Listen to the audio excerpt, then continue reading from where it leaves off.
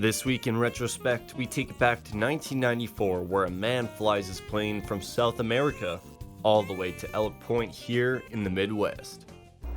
A 1948 two-seater Cessna, a compass, maps, and 2 radios. That's what pilot Heinz Rohner relied on to bring him from Chile in South America to Elk Point in the Midwest. It was a journey that crossed 3 time zones and took 3 weeks to complete. I couldn't even see him land.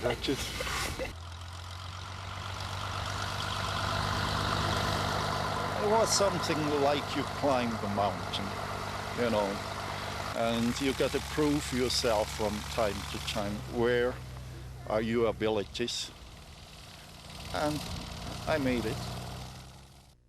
And for Heinz Rohner, it was a dream come true.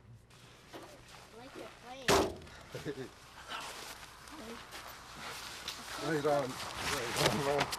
Good job. The journey started out in Santiago, Chile, where he purchased the vintage plane for $6,000 US. 1.5 years later, the aircraft was ready to fly, and on the 23rd of November, he headed north along the coast. Right on the first day, it started out quite adventurous. I had to make a landing on a road because I came into very bad weather, low ceilings, rain, and I couldn't make it anymore to the airport. Unscathed, Rohner continued on 2 days later, up through Peru and Ecuador, encountering everything from fog to brush fires, with jungle on one side and ocean on the other.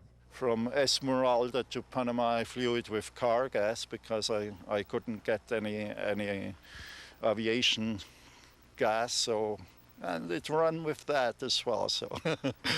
In the weeks to come, Rohner ventured through Central America, into Mexico, across to Texas, and finally, on Sunday, into the Elk Point Airport. I did it by compass, where as many pilots said, well, no, don't do it, you're not going to survive, but it's possible. Rohner plans to someday write about his journey, and he has at least one more adventure to tackle. Around the world, that would be the final, yeah.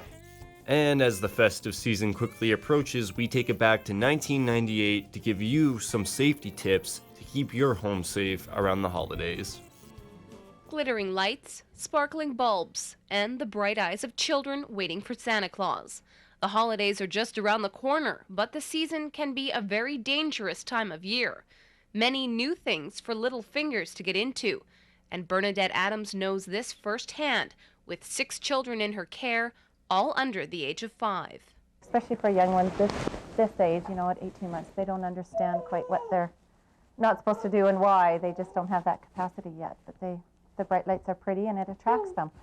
But officials say a few things can be done to safeguard your home. Around Christmas time, what most people don't realize is common Christmas plants like poinsettias and holly are very poisonous to children.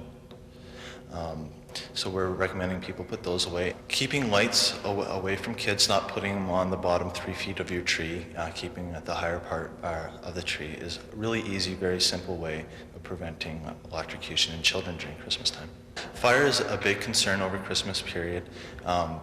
It's very important to keep your tree well watered so it doesn't dry out. Bernadette has already taken these steps in her home. We have outlet covers on all our plug-ins, for one thing. The other one is the tree is in the corner, so it can't topple over. And the extension cord that we had to use is underneath the Christmas mat. And that's it for this week in retrospect. Retrospect this week is brought to you by Webb's Ford. Worth your while to drive the extra mile. Webb's Ford in Vermilion.